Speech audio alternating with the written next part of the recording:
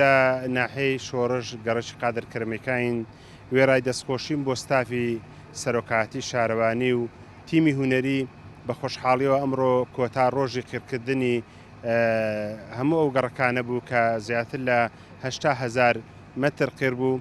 ئەم پرۆژەیە یەکێکە لەو پرۆژانەی لەسەر بودجێی گەشەپێدانی هەرێمەکان هاتەوە بواری جێبەجێکردن. خۆتان دەزانن پرۆژەکانمان ڕاگیرا بوون بە خۆشحاڵیەوە ئەمڕۆ قیرەکەمان بەسەر کردەوە. دیارە گەڕەکی قادرکەریمیەکان جگەلەوەی کە هەمویان کە سوکاری سەربەرزی شەیدان و ئەنفالکراوانن و خەڵکەکی بەڕێز و خۆشەویست و ئازیزن لە سنوورەکەمان.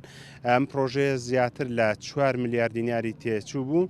بۆیە لێرەوە جارێکی تر دەستخۆشی بۆ حکوومەتی هەرێمی کوردستان، بۆ وەزارەتی شارەوانی و بەڕێبەراتی گشتی شارەوانیەکان، بۆ سەرۆکاتی شارەوانی و بۆ تیمی هوەری کە دڵسۆزانە سەرپەرشتی کارەکان کرد و دەمەوێت لێرەشەوە بە ناوی ئیدارەی قەزای چەمچەماڵەوە دەستخۆشی لە دانیشتوانی گەڕەکە بکەم کە هاوکار بوون وەکو ڕێز و وەکو هاوکاریی زۆر باشی تیمەکە بوون بۆ جێبەجێکردنی ئەم پرۆژەیە هاوکار و پشتیوان بوون.